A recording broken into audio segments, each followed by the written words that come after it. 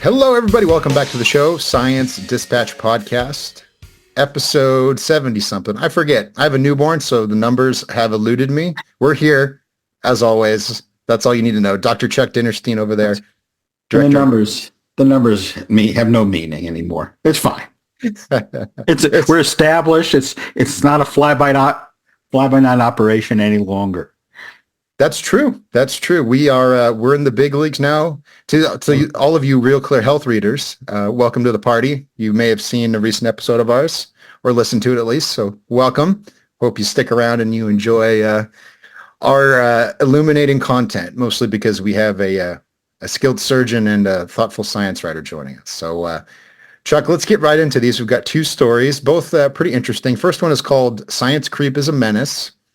And second one is called Lunchable or Not to Lunchable. And because we're thoughtful, we're going to split these into two conversations. So you can listen to them at your leisure. Little 15-minute hits of science information, if you will.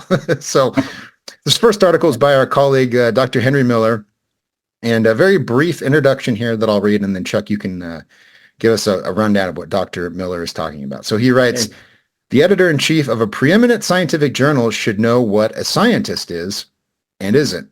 Holden Thorpe, the editor of the journal Science, does not. Okay, gloves are off. Henry's coming out swinging. Tell us what's going on here, Chuck. Okay, so this is just one more salvo in an increasing struggle, I think, by the journals to be relevant in an era of social media and likes. That they're looking for some way to do something more than just their primary mission, which is to communicate science to scientists. Now they have a larger audience and they wish to talk to them. So a lot of the journals, I think, are beginning to blend social consciousness with their primary mission. And I think that that's what Holden is up to. So his quote that Henry began with is, my view is that everyone who contributes to the scientific enterprise is a scientist. It's just not lab work that makes up science. It's science policy, science communication, science illustration, science education, and many other things. So when I talked about it with Henry, I told him that to me seemed like one of those versions of everyone gets a trophy. You know, we're all players on the team, even though some people are more scientists than others. So in reality, I think my take is that Thorpe is treating science as a noun, as some kind of product that we can hold in our hand. And that may be influenced by the journal, because then any one of the articles in Science, the journal, is science. But in reality, from my point of view, science is more of a verb. It's the scientific method describes an approach to analyzing things, not the final product. It doesn't dictate at all the final product. And when science is a verb, it really describes the process of developing a falsifiable belief. So we call the belief a hypothesis, and we do some experiments to prove whether it's true or false. But none of that is captured when you talk about science as a noun. In fact, if you talk about science as this object, that gives it a permanency that really isn't the case. And that causes that, to some degree, it causes that whiplash in the public when they read one article about wine is good and the next week wine is bad, and, you know, any one of these kind of topics. So I think that that's what Henry was trying to talk about, because more and more you see this attempt by the journals to become more in line with the rest of the planet rather than just talking about science.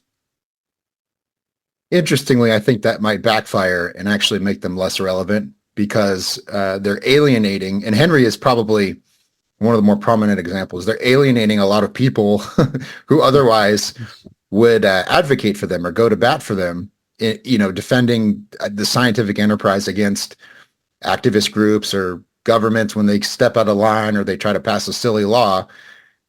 And Thorpe, I think, by turning himself into knots to call, someone who's an urban gardener, a scientist. Right. I think that's the silly part, is that this is not going to have the intended effect. What do you think?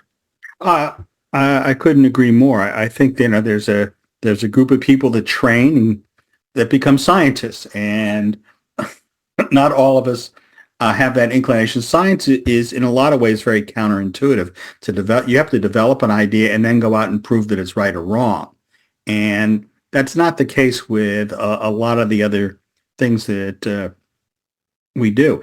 And I think also this is continuing to hasten the concern among some people that science is now a political enterprise. And in some senses, science is always the outcome of science has always been a political enterprise, because applications are made by humans, and humans have different beliefs about how things should go. I think that the scientific method is not political.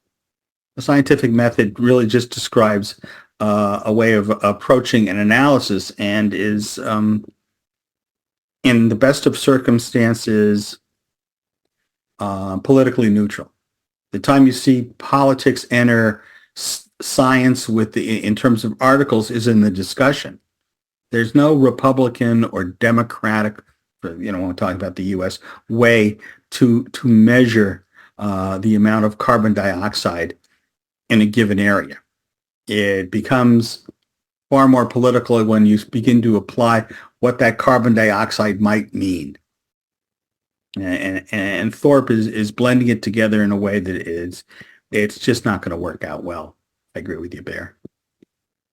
Yeah, a couple more points come to mind as we wrap up here. But, if you were to substitute in a different profession and say, medicine isn't just healing sick people. Medicine is medical journalism, and it's, the kids taking an introduction to medicine class in high school. Yes. And it's, giving your grandfather aspirin so he doesn't have a heart attack. And I think everyone recognizes right away, well, that's obviously foolish, because open heart surgery is on its own level, right? It's not the same thing. Right. And everyone's okay with that. But here we're supposed to play this kind of fluffy fairy tale game where we give as a trophy. Okay. And it's funny because, in medicine, there are guardrails. I mean, the same thing continues to go on. There's a lot of fighting now over scope of practice. And there's also an additional amount of fighting now about titles. Physician assistants who are have a different level of training than physicians or nurses do not like the term assistants any longer, because it makes their role seem less important. So they're much more insistent to now become physician associates. As unfortunately, the audience does not see that eye roll, but I got to enjoy from you. So they do that, and you also see this with the nurses who now require a doctorate to become a nurse practitioner, and they want to use the term doctor. And the medical doctors are pushing back and saying, no, that's it's verboten. So you can see this kind of everyone gets a trophy thing playing elsewhere, but at least in medicine, you have to have a credential and a license to go along with it. That maybe that's one of the solutions for this problem of everybody's a scientist, is to have some kind of basic concept of a credentialing, that you need a master's or a PhD to be considered a scientist, rather than, and it has to be in the field that you're studying or working in.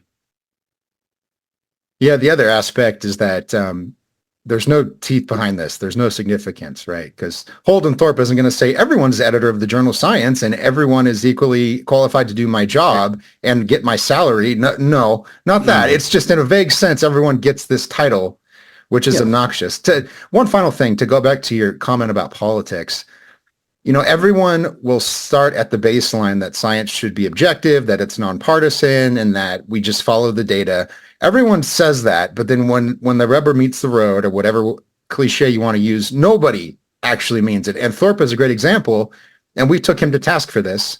He wrote an editorial or an op-ed in Science about gun control and how academics need to get off the sidelines and advocate for gun control. Now, whether or not you agree with him is besides the point. And what we ripped into him for was cherry picking data and selecting things that made his point and ignoring everything else. You know, so, and I get, maybe this goes again to my backfiring effect point, is that, you know, you don't mean everyone's a scientist. What you mean is everything that I agree with is science and everyone I like is a scientist. That's all you really mean. Right. Oh yeah. You're 100% correct about that. And again, as I tried to break it out in terms of the discussion and the application of the data that was collected is when the mischief begins. Up until then, you can agree that we've collected, we can argue about how you measured it, but once we agree on the measurement process, then we're all going to agree on the numbers that come out of it, whether it's a food survey or a bomb calorimeter or a chromatographer that's given that kind of stuff. We can all agree on the measurements, but then it's when you begin to tie all the dots together that our all too human behavior of tying the dots together in a pattern that we like and recognize becomes problematic. And it's where a great deal of the fighting begins. So, very good point. Very good point. Thank you for your insights. As always, Dr. Ginnerstein. We're going to wrap this up. Go read Henry's article. And read Thorpe's comments that motivated his article, because sometimes there's a temptation to believe that people don't really say the things that are attributed to them. But in this case, Thorpe really said this silly stuff. So go check it out. In the meantime, we're on social media. The organization is at ACSH.org. I am at CamJ English. Send us your questions and your comments. If you have an idea for a topic for the show, let us know, and we'll probably do it. But until the next episode, have a lovely week, and we will see you then.